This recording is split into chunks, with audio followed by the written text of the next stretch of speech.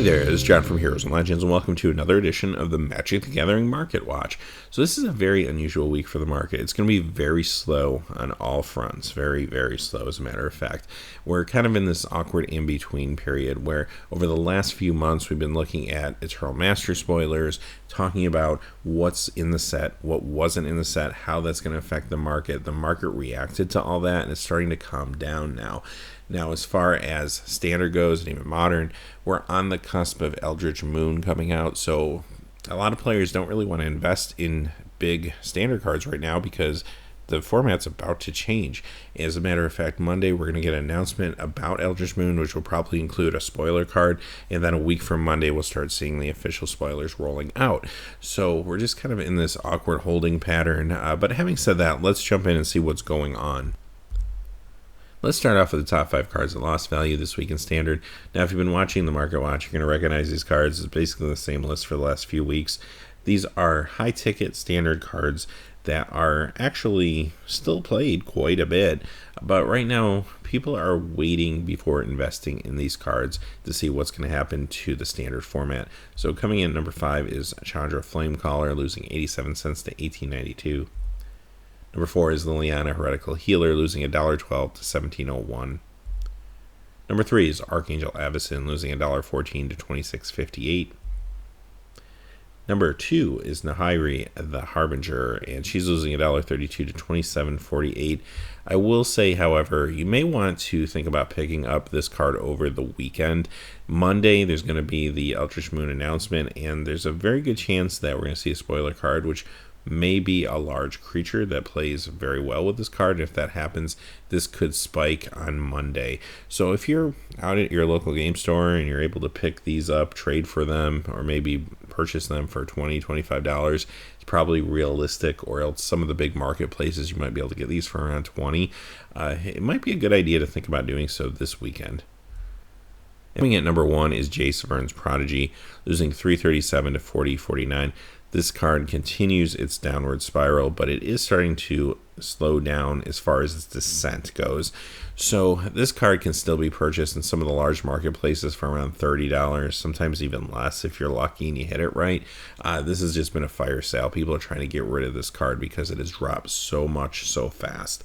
So having said that, keep an eye on it. I mean, barring anything that comes out in Eldritch Moon spoilers that looks like it would play well with this card, Jace will probably continue to drop a little more before stabilizing. Once it does stabilize, keep an eye on this card. Maybe around the time it rotates out of Standard, it might be good to pick up a play set at that point, because this is still a card that sees play in a lot of other formats, and it is going to have some long-term value attached to it. Alright, let's look at the top 5 Standard cards that have gained value this week. And again, you're going to see very, very small changes. I don't think there's a card here that has gained even $1. Coming in at number 5 is Engulf the Shore, going up 10 cents to $1.34. This has seen play recently in the Blue Prison deck, so it has been sort of popular, but still a card that's very easy to find, very affordable. Coming in at number 4 is Eldrazi Displacer. It's basically a virtual tie for 5th and 4th, going up 10 cents to $4.34. It does see play in Modern as well as Standard. Coming in number 3, you know it's a slow week on the list when you have a basic land, and that's what we have here. This is a Battle for Zendikar non-full art version of this particular swamp. It's gone up 12 cents to 53 cents, and the non-full art cards from Battle for Zendikar are actually a little bit harder to find than the full art ones, and this is actually a very nice painting, so I guess it kind of makes sense. Alright, coming in number 2 is the Great Aura, and this is going up 13 cents to $1.88, seeing a little bit of fringe play in Standard. And finally, number 1 is Days Undoing, going up 97 cents to $4.36, another card that's in the Blue Prison deck. Alright, well, having said that, let's move on to Modern, and you're going to be probably pretty shocked at how slow Modern is right now. This may be the least volatile market watch for Modern that I've put together since I've been doing this, you're going to see, again, very small changes in these cards. Now, it might be a good time to pick up some modern staples. The attention just isn't on modern right now as folks get ready to see the changes for standard, as well as the fact that Eternal Masters has a lot of players thinking about building perhaps legacy decks or cubes or commander decks more so than modern right now. So let's look at the top 5 cards that lost value this week. Coming in number 5 is Sword of the Meek, losing 99 cents to 15.74. Now this recently came off the ban list and is starting to find its price and settle in. Coming in number 4 is Fetid Heath, losing $1.09 to 32.14. Doubling Season from Ravnica, very unusual. You don't usually see this card losing ground. It lost $1.13 to $40, which isn't that much, but it is a fan favorite card. Number 2 is 9th edition version of Hell's Caretaker, losing $1.14 to 6.06. Because we are looking at such small changes, we're seeing some random cards show up, and this is just one of them. I will say, though, if you've never played with this card, maybe pick it up for a commander deck or something. It's actually a lot of fun. And finally, Tarmogoyf Future Sight version, going down $1.19 to $180.94. All right, so much like the loss of value, the top 5 cards that have gained value are relatively insignificant, but we'll take a look at them. Number 5 is Marsh Flats, of course, obviously. It's a fetch land, up $1.05 to 47.14.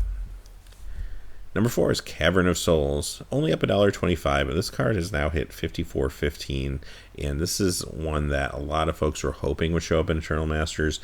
I guess we have to hold out and wait for the next modern Masters, but it desperately needs a reprint. Crucible of Worlds showing up number 3, both versions. 10th edition version going up $1.27 to $69.99, with 5th Dawn going up $1.28 to $67.31. Again, this is another card that some hoped would show up in Eternal Masters. When it didn't, started to see a little bit of a spike. Again, we'll have to hold out for the next modern Masters. Number 2 is Noble Hierarch, Modern Masters 2015 version, going up $2.01 to $47.45. And finally, Bridge from Below is number 1 for the second week in a row. This time, again, both versions. Future Sight going up $1.55 to $10.99, with Modern Masters going up $3.65 to $10.65 to catch up to the Future Sight version. Both versions are sought after with unique styles. The Future Sight version has the future shifted border, and the Modern Masters version actually has very nice artwork. So this one's kind of a coin toss as to which one is the better card to invest in. But it is seeing a little bit of a bump with more players playing some Dredge recently. All right, top 5 legacy cards that have lost value this week. Now, you will see, again, even the legacy market is pretty slow for legacy. And the cards that lost value this week, most of it is just kind of your normal ups and downs. Coming in number 5 is Geomade Tome, and this is the unlimited version, going down $7.03 to $73.94. Number 4 is Guardian Beast, going down $7.15 to $122.84. This has been kind of a long-term fan favorite card. It used to be very popular back in the mid-90s after it came out. So this is a card. It is on the reserve list. If it goes down, and you can get a copy of this maybe for $100 or less than $100, might not be a bad investment long-term. There are folks that like this card and want to collect it and play with it. So I think if it does get down below $100, it will start going up again. City of Brass. This is, of course, the Arabian Nights version, going down $10.15 to $81.04. Number 2 is Unlimited Stasis, going down $14.14 to $16.49. If you can pick up a copy of this for $10, $15, or even if you want to pay a little more and get an alpha or beta version of this card, might not be a bad investment. It's not on the reserve list. However, it's a card that's kind of a fan favorite, mostly because of the art, and if it ever does get a reprint, which quite honestly I don't know if it will anytime soon, just because it's not a card that's very exciting to play against, it probably will have different art. So interesting, maybe small investment that could have some long-term potential. And finally, number 1 is Underground Sea Unlimited, going down $29.76 to $480.39. All right, let's look at the top 5 legacy cards that have gained value this week. Again, you're going to see all unlimited cards here. I think there's a couple of reasons for that. One is the fact that Alpha and Beta have become so expensive that if someone's looking to put some money into older cards, they're starting to look harder at Unlimited now. And also, too, folks that play old school, a lot of them are picking up these Unlimited cards. So coming in number 5 is Crusade, and this is, of course, Unlimited, going up $12.49 to $27.49. And that's a pretty decent spike for this card. It'll probably come down within the next week or so. That's a pretty drastic spike. However, this card does see some play in old school. Number 4 is Volcanic Island, and again, Unlimited, going up $14.01 to $495.01. Number 3 is Scrubland, going up $17.26 to $161.52. Number 2 is Winter Orb, going up $22.13 to $75.09. Now, this is just awkward. Every week it either goes up about $20 or $30, then the following week it will go down $20, $30. Really not a good investment at $75. So really don't pay more than like $40, $50 for this card at most. And if you just need a Winter Orb, obviously there's newer versions out there, for like Eternal Masters, for example. And finally, coming in number 1 is Tropical Island, going up $38.44 this week to $338.39. This recently dropped a little bit, so it's just kind of stabilizing in value right now. So having said that, that's the market watch. And I apologize if it wasn't a very exciting one. I haven't really seen prices this stable in a long time. So in one way, that's good for anyone out there trying to make some purchases. So this might be the weekend when you're out at your LGS making trades. Might be able to pick up some cards that you've been thinking about picking up for a while. There aren't any crazy things happening right now in the market. I do think that might change come Monday, and definitely the following Monday as we start seeing more spoilers. Standard market will probably pick up quite a bit at that point, so might be a good time to get the cards you're looking for. Until then, hey, thanks for watching. Please remember to like and subscribe, and have a great day. Hey, thanks as always for watching. This video, like all my videos, was made possible by the generous support of viewers like you on Patreon. Even a donation of $1 helps me to keep growing this community and creating better quality videos for all of you. Check out our Patreon page for exclusive giveaways and future goals for the channel. If you haven't had a chance yet to subscribe, hit that subscribe button so you don't miss any of the MTG news, spoilers, set reviews, product openings, or finance videos on Heroes and Legends. Talk to you again soon, and have a good day.